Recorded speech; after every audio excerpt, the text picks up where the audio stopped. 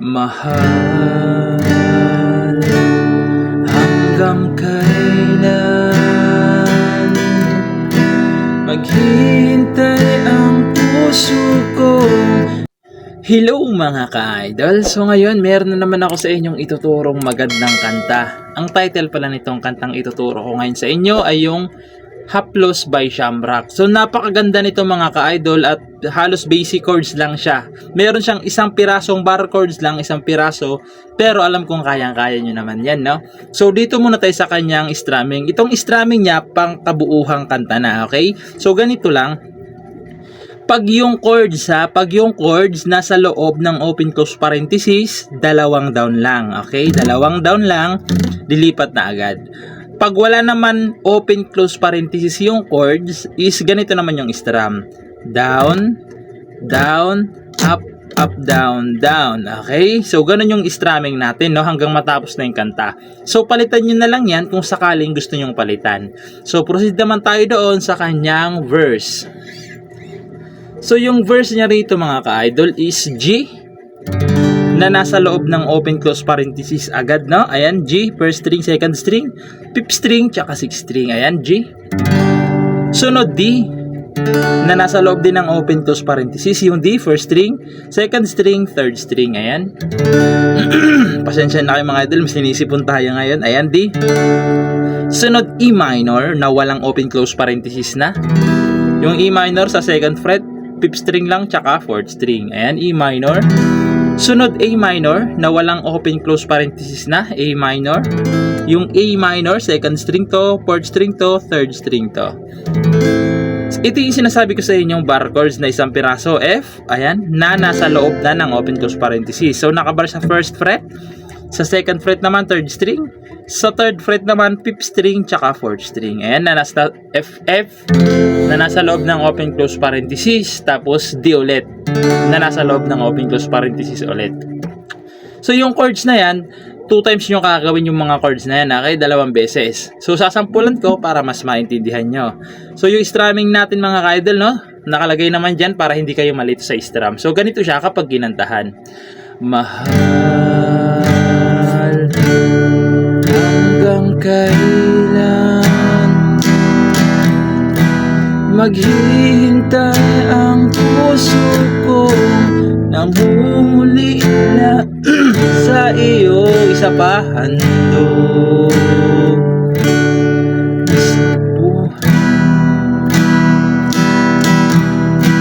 sa bawat pintig ng pulso ay alay lamang sa iyo. Lahat ibibigay. So, doon na yun sa pre-chorus. So, huwag na natin patagalin. Puntahan na natin yung free chorus. So, yung free chorus niya naman dito mga ka-idol is C na walang open close parenthesis. Ayan yung C. First, second string to, fourth string to, third string, fifth string to. Ayan, C. Tapos pupunta lang kayo ng E minor. Tapos A minor naman. Tapos pupunta kayo ng F na nasa loob na ng open close parenthesis. Tapos D na walang open close parenthesis na. Okay, so sasampulan natin yung chorus para mas maintindihan nyo. So ganito naman siya kapag sinampulan. Lahat ibibigay,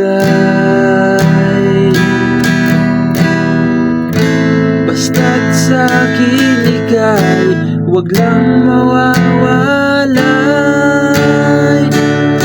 Sabihin mo sa akin. So, doon na yun sa chorus. So, puntahan na rin natin yung kanyang chorus.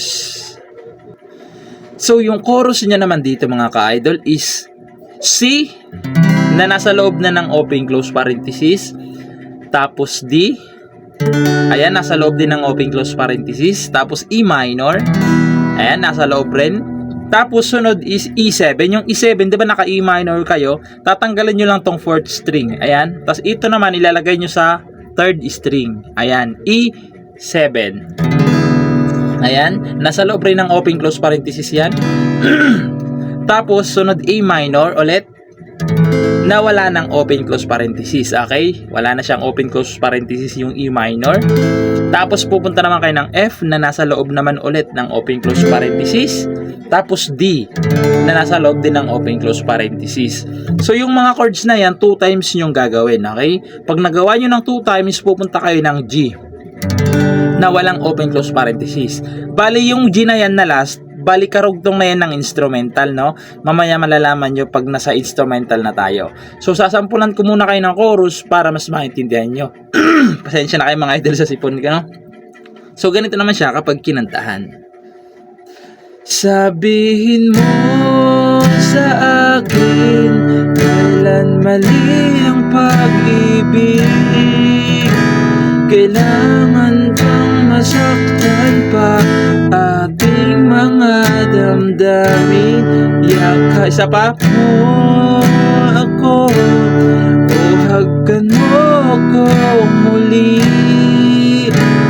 Huwag kang bibitiw, sabay nating lakbayin ang langit.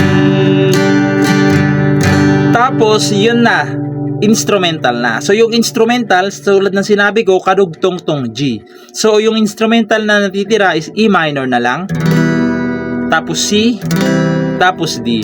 So, wala na yung open close parenthesis, no?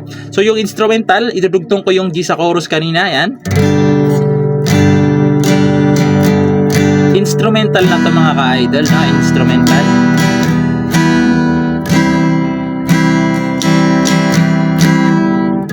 Tapos papasok yung verse ulit.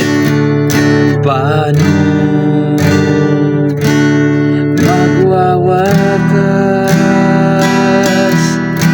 sa paghihirap ng dibdib?